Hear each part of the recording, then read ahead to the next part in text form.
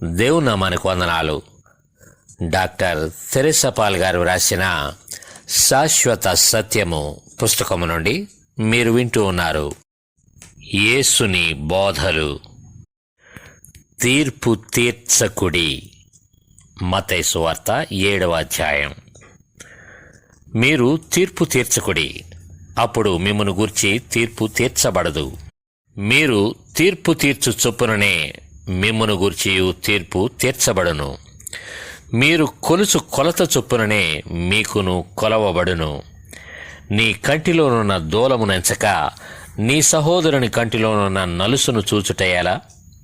నీ కంటిలో దూలముండగా నీవు నీ సహోదరుని చూచి నీ కంటిలోనున్న నలుసును తీసివేయనిమ్మని చెప్పనేలా? వేషధారి, మొదట నీ కంటిలోనున్న దూలమును తీసివేసుకొనుము, అప్పుడు నీ సహోదరుని కంటిలోనున్న నలుసును తీసివేయుటకు నీకు తేటగా కనపడును. పరిశుద్ధమైనది కుక్కలకు పెట్టకుడి. మీ ముత్యములను పందుల ఎదుట వేయకుడి. వేసిన ఎడల అవి ఒకవేళ వాటిని కాళ్లతో త్రొక్కి మీ మీద పడి మిమ్మును చీల్చివేయును. అడుగుట, వెదకుట, తట్టుట. అడుగుడి, మీకియ్యబడును. వెదకుడి, మీకు దొరుకును. తట్టుడి, మీకు తీయబడును. అడుగు ప్రతివాడును పొందును. వెదకువానికి దొరుకును. తట్టువానికి తీయబడును.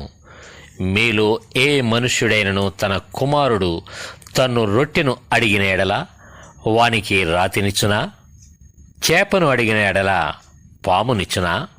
మీరు చెడ్డవారయుండియు మీ పిల్లలకు మంచి ఈవులను ఎరిగి ఉండగా పరలోకమందున మీ తండ్రి తన్ను అడుగువారికి అంతకంటే ఎంతో నిశ్చయముగా మంచి ఈవులను ఇచ్చును.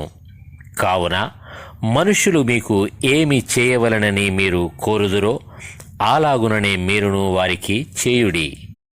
ఇది ధర్మశాస్త్రమును ప్రవక్తల ఉపదేశమునై ఉన్నది.